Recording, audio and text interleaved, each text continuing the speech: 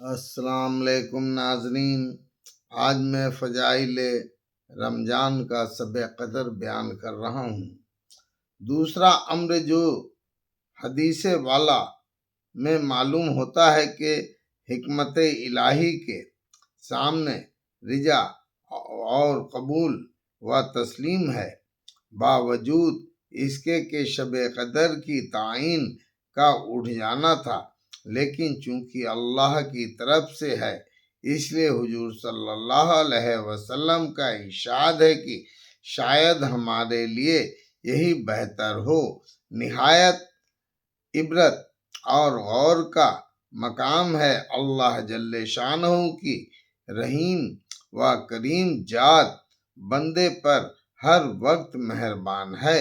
اگر بندہ اپنی بدعمالی سے کسی مصیبت میں مبتلا ہو جاتا ہے، تب بھی اللہ جل شانہ کی طرف سے تھوڑی سی توجہ اور اقرار اجزا کے بعد اللہ کا کرم شامل حال ہو جاتا ہے، اور وہ مصیبت بھی کسی بڑی خیر کا سبب بنا دی جاتی ہے، اور اللہ کے لیے کوئی چیز مشکل نہیں۔ چنانچہ علماء نے اس کے اخفاء میں بھی چند مسائل ارشاد فرمائے ہیں۔ اول یہ کہ اگر تعین باقی رہتی ہے تو بہت سی کوتاہ طبعیں ایسی ہوتی ہیں اور راتوں کا اہتمام بالکل ترک کر دیتی، اور اس صورت موجودہ میں اس احتمال پر کہ آج ہی شاید شب قدر ہو، متحد راتوں میں عبادت کی توفیق طلب والوں کو نصیب ہو جاتی ہے۔ دوسری یہ کہ بہت سے لوگ ہیں کہ معاصی کیے بغیر ان سے رہا نہیں جاتا۔ تعین کی صورت میں اگر باوجود معلوم ہونے کے اس رات میں معصیت کی جرأت کی جاتی تو سخت اندیشہ ناک تھا۔ نبی کریم صلی اللہ علیہ وسلم ایک مرتبہ مسجد میں تشریف لائے کہ ایک صحابی رضی اللہ تعالیٰ عنہ سو رہے تھے۔ آپ صلی اللہ علیہ وسلم نے حضرت علی کرم اللہ وجہہ سے ارشاد فرمایا کہ ان کو جگا دو تاکہ وضو کر لیں۔ حضرت علی کرم اللہ وجہہ نے جگایا تو دیا، مگر حضور صلی اللہ علیہ وسلم سے پوچھا کہ آپ تو خیر کی طرف بہت تیزی سے چلنے والے ہیں، آپ نے خود کیوں نہ جگا دیا؟ حضور صلی اللہ علیہ وسلم نے فرمایا، مبادا انکار کر بیٹھتا اور میرے کہنے پر انکار کفر ہو جاتا، تیرے کہنے سے انکار کفر نہیں ہوگا۔ تو اسی طرح حق سبحانہ و تقدس کی رحمت نے گوارا نہ فرمایا کہ اس عظمت والی رات کے معلوم ہونے کے بعد کوئی گناہ پر جرأت کرے۔ تیسری یہ کہ تعین کی صورت میں اگر کسی شخص سے وہ رات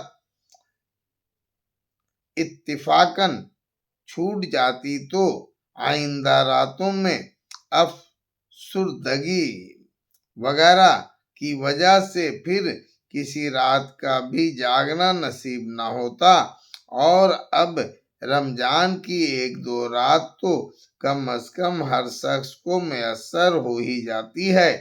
چوتھی یہ کہ جتنی راتیں طلب میں خرچ ہوتی ہیں، ان سب کا مستقل ثواب علیحدہ ملے گا۔ پانچویں یہ کہ رمضان کے عبادات میں حق تعالیٰ جل شانہ ملائکہ پر تفاخر فرماتے ہیں، جیسا کہ پہلی روایت میں معلوم ہو چکا۔ اس صورت میں تفاخر کا زیادہ موقع ہے کہ بندے باوجود معلوم نہ ہونے کے محض احتمال اور خیال پر رات رات بھر جاگتے ہیں اور عبادت میں مشغول رہتے ہیں کہ جب احتمال پر اس قدر کوشش کر رہے ہیں، اگر بتلا دیا جاتا کہ یہ رات شب قدر ہے تو پھر ان کی کوششوں کا کیا حال ہوتا۔ اس کے علاوہ اور بھی مسائل ہو سکتے ہیں۔ ایسے ہی امور کی وجہ سے عدت اللہ یہ جاری ہے کہ اس نوع کی اہم چیزوں کی مخفی یعنی چھپا ہوا فرما دیا۔ ایسے ہی اور بھی بہت سی چیزیں اس میں شامل ہیں۔ یہ بھی ممکن ہے کہ جھگڑے کی وجہ سے اس خاص رمضان المبارک میں تعین بھلا دی گئی ہو اور اس کے بعد دیگر مسائل مذکورہ کی وجہ سے ہمیشہ کے لیے تعین ہٹا دی گئی ہو۔ تیسری بات جو اس حدیث پاک میں وارد ہے وہ شب قدر کی تلاش کے لیے 3 راتیں ارشاد فرمائی ہیں، 9ویں، 7ویں، 5ویں۔ دوسری روایت کے ملانے سے اتنا تو محقق یعنی جس کی تحقیق ہو چکی ہے کہ یہ تینوں راتیں آخر عشرے کی ہیں، لیکن اس کے بعد پھر چند احتمال ہے کہ آخر عشرے میں اگر اول میں شمار کیا جائے تو حدیث کا محمل یعنی موقع و جگہ 29، 27، 25 رات ہوتی ہے، اور اگر آخری سے شمار کیا جائے جیسا کہ بعض الفاظ سے مترشح ہے تو پھر 29 کے چاند کی صورت میں 21، 23، 25 اور 30 کے چاند کی صورت میں 22، 24، 26 ہے۔ اس کے علاوہ بھی تعین میں روایات بہت مختلف ہیں اور اسی وجہ سے علماء کے درمیان میں اس کے بارے میں بہت کچھ اختلاف ہے۔ جیسا کہ پہلے ذکر ہوا کہ 50 کے قریب علماء کے اقوال ہیں۔ روایت کے برکات اختلاف کی وجہ سے روایات مختلف سالوں میں مختلف راتوں میں ہوتی ہیں، جس کی وجہ سے روایات مختلف ہیں کہ ہر سال نبی کریم صلی اللہ علیہ وسلم نے اس سال کے متعلق مختلف راتوں میں تلاش کا حکم فرمایا اور بعض سالوں میں متعین طور سے بھی ارشاد فرمایا۔ چنانچہ ابو ہریرہ رضی اللہ تعالی عنہ کی اس روایت میں ہے کہ حضور صلی اللہ علیہ وسلم کی مجلس میں ایک مرتبہ شب قدر کا ذکر آیا تو آپ نے فرمایا کہ آج کون سی تاریخ ہے؟ عرض کیا گیا کہ 22 ہے۔ حضور صلی اللہ علیہ وسلم کی آج ہی کی رات میں تلاش کرو۔ ابو ذر رضی اللہ عنہ تعالی کہتے ہیں کہ میں نے حضور صلی اللہ علیہ وسلم سے عرض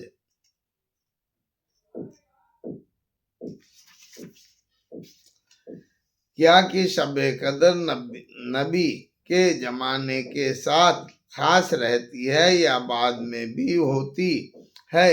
حضور صلی اللہ علیہ وسلم نے فرمایا کہ قیامت تک رہے گی۔ میں نے عرض کیا کہ رمضان کے کس حصے میں ہوتی ہے؟ آپ نے فرمایا کہ عشرۂ اول اور عشرۂ آخر میں تلاش کرو۔ پھر حضور صلی اللہ علیہ وسلم نے اتنے ناراض ہوئے کہ نہ اس سے قبل مجھ پر اتنے خفا ہوئے تھے نہ بعد میں، اور فرمایا کہ اگر اللہ تعالی شانہ کا یہ مقصود ہوتا تو بتلا نہ دیتے۔ آخر کی 7 رات میں تلاش کرو، بس اس کے بعد اور کچھ نہ پوچھا۔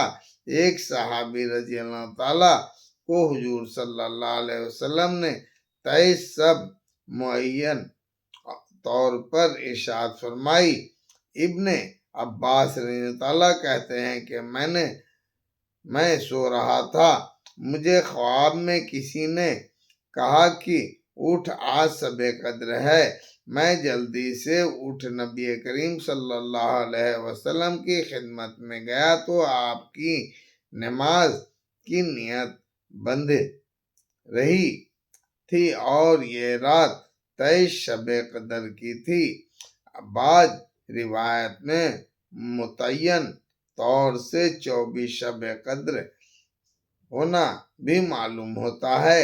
حضرت عبداللہ بن مسعود رضی اللہ عنہ کا ارشاد ہے کہ جو شخص تمام سال رات کو جاگے وہ شب قدر کو پا سکتا ہے، یعنی شب قدر تمام سال میں دائر یعنی گھومتی رہتی ہے۔ کسی نے ابن کعب رضی اللہ عنہ سے اس کو نقل کیا تو وہ فرمانے لگے کہ ابن مسعود رضی اللہ عنہ کی غرض یہ ہے کہ لوگ ایک رات پر قناعت کر کے نہ بیٹھ جائیں۔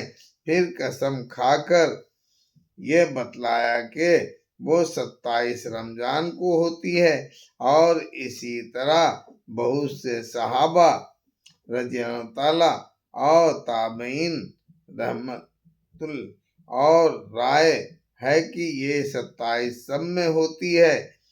ابی بن کعب رضی اللہ عنہ کی تحقیق یہ ہے کہ ورنہ ابن مسعود رضی اللہ عنہ کی تحقیق وہی ہے کہ جو شخص تمام سال جاگے وہ اس کو معلوم کر سکتا ہے، اور در منصور کی ایک روایت سے معلوم ہوتا ہے کہ وہ نبی کریم صلی اللہ علیہ وسلم سے یہی نقل کرتے ہیں۔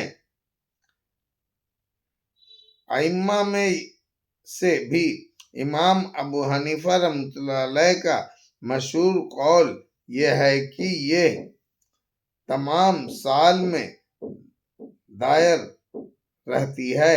دوسرا قول امام صاحب کا یہ ہے کہ تمام رمضان میں دائر رہتی ہے۔ صاحبین کا قول ہے کہ تمام رمضان کی کسی ایک رات میں ہے جو متعین ہے مگر معلوم نہیں۔ شافعیہ کا راجح قول یہ ہے کہ کئی شب میں ہونا اقرب یعنی قریب بات ہے۔ امام مالک رحمۃ اللہ علیہ اور امام احمد ابن حنبل رحمۃ اللہ علیہ کا قول یہ ہے کہ رمضان کے آخری عشرے کی طاق راتوں میں دائر رہتی ہے، کسی سال کسی رات میں اور کسی سال کسی دوسری رات میں۔ جمہور علماء کی رائے ہے کہ 22ویں رات میں زیادہ امید ہے۔ شیخ العارفین محدث ابن عربی رحمۃ اللہ علیہ کہتے ہیں کہ میرے نزدیک ان لوگوں کا قول زیادہ صحیح ہے جو کہتے ہیں کہ تمام سال میں دائر رہتی ہے، اس لیے کہ میں نے 2 مرتبہ اس کو شعبان میں دیکھا ہے، ایک مرتبہ 15 کو اور ایک مرتبہ 19 کو، اور 2 مرتبہ رمضان کے درمیان عشرے کے 13 کو اور 18 کو، اور رمضان کے آخری عشرے ہی ہر طاق وہ تعداد جو 2 سے تقسیم نہ ہوں، جیسے 21، 23، 25، 27، 28 رات میں دیکھا ہے۔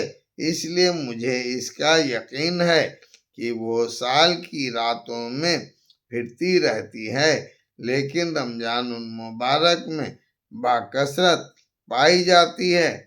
ہمارے حضرت شاہ ولی اللہ صاحب رحمۃ اللہ علیہ ارشاد فرماتے ہیں کہ شب قدر سال میں 2 مرتبہ ہوتی ہے۔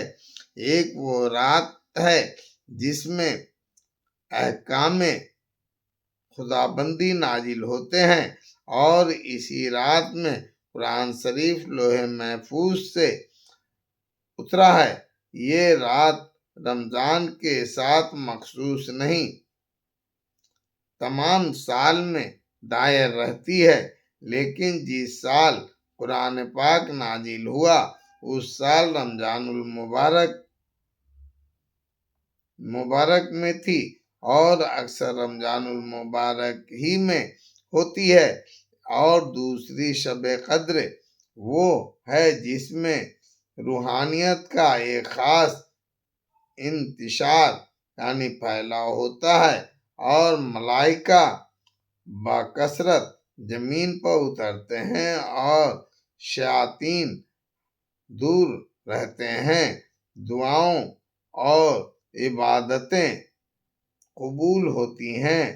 یہ ہر رمضان میں ہوتی ہے اور بدلتی رہتی ہے۔ میرے والد اسی قول کو راجح فرماتے تھے۔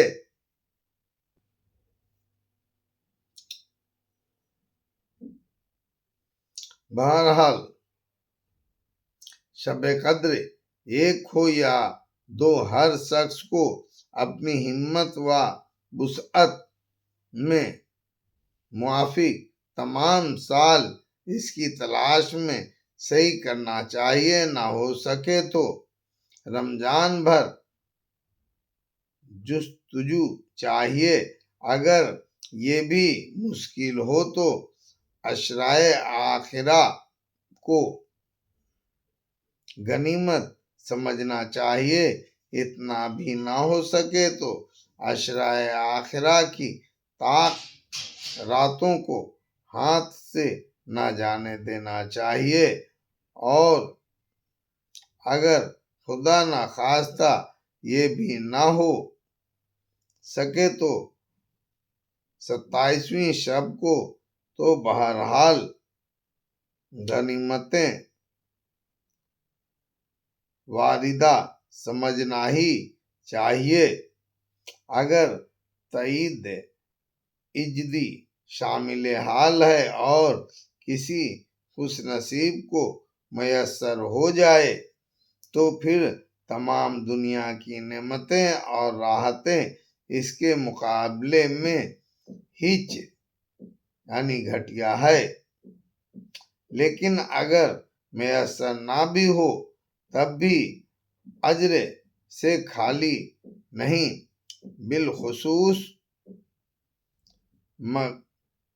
مغرب عشاء کی نماز جماعت سے مسجد میں ادا کرنے کا اہتمام تو ہر شخص کو تمام سال بہت ہی ضروری ہونا چاہیے کہ اگر خوش قسمتی سے شب قدر کی رات میں یہ 2 نمازیں جماعت سے میسر ہو جائے تو کس قدر با جماعت نمازوں کا ثواب ملے، اللہ کا کس قدر بڑا انعام ہے کہ کسی دینی کام میں اگر کوشش کی جائے تو کامیابی نہ ہونے کی صورت میں بھی اس کوشش کا اجر ضرور ملتا ہے، لیکن اس کے باوجود کتنے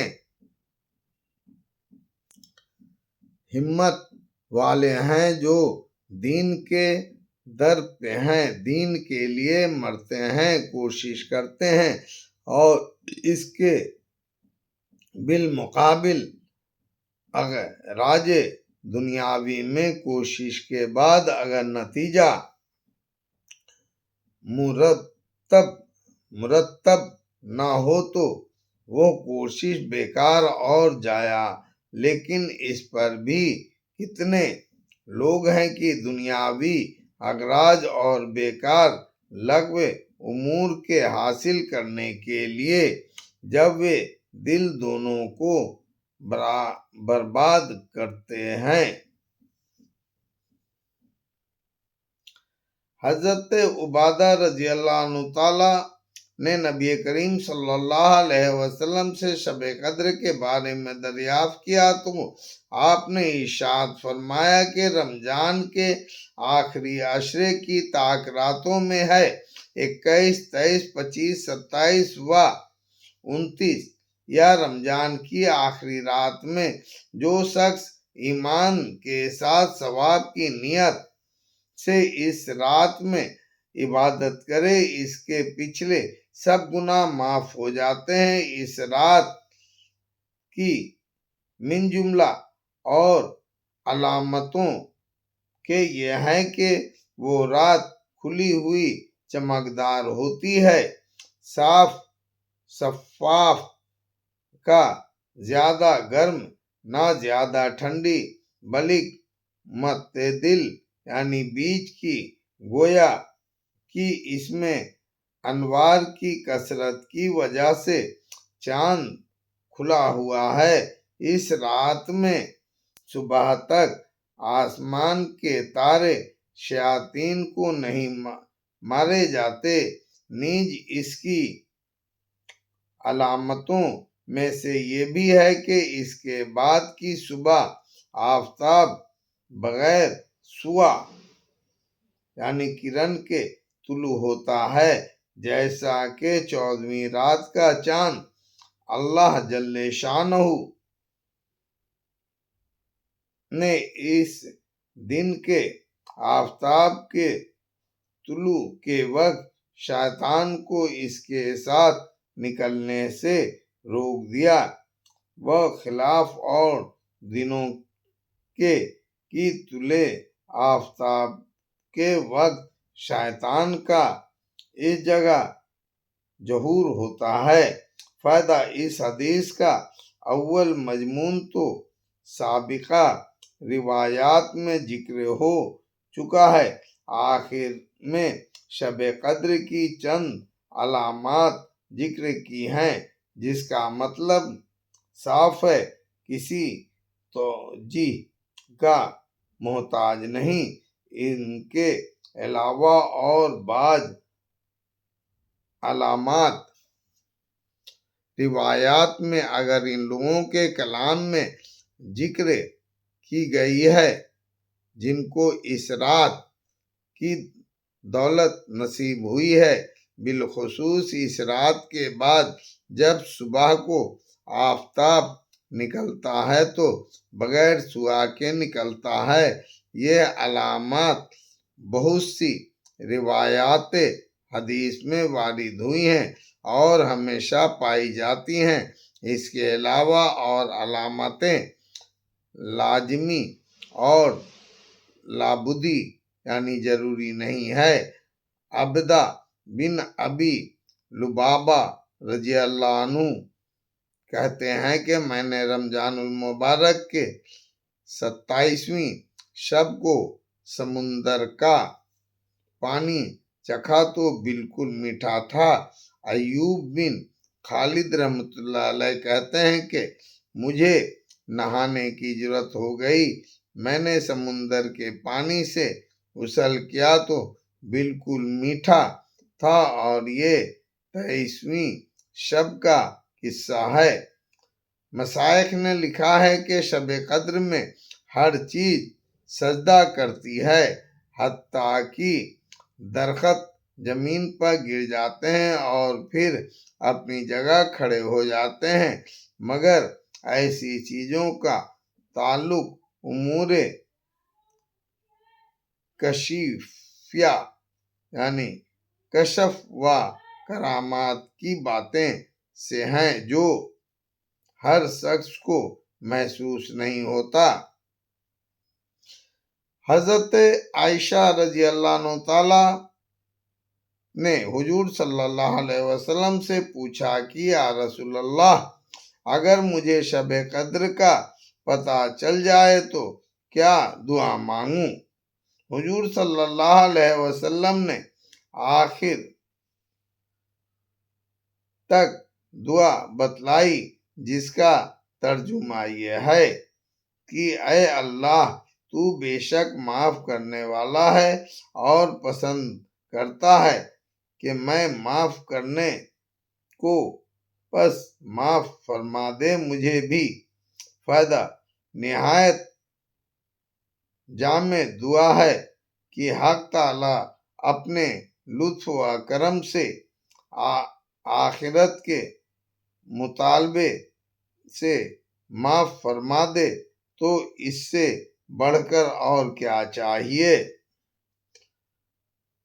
من نہ گویم کی تاتم بی پذیر کلمے افوا بر گناہم کش۔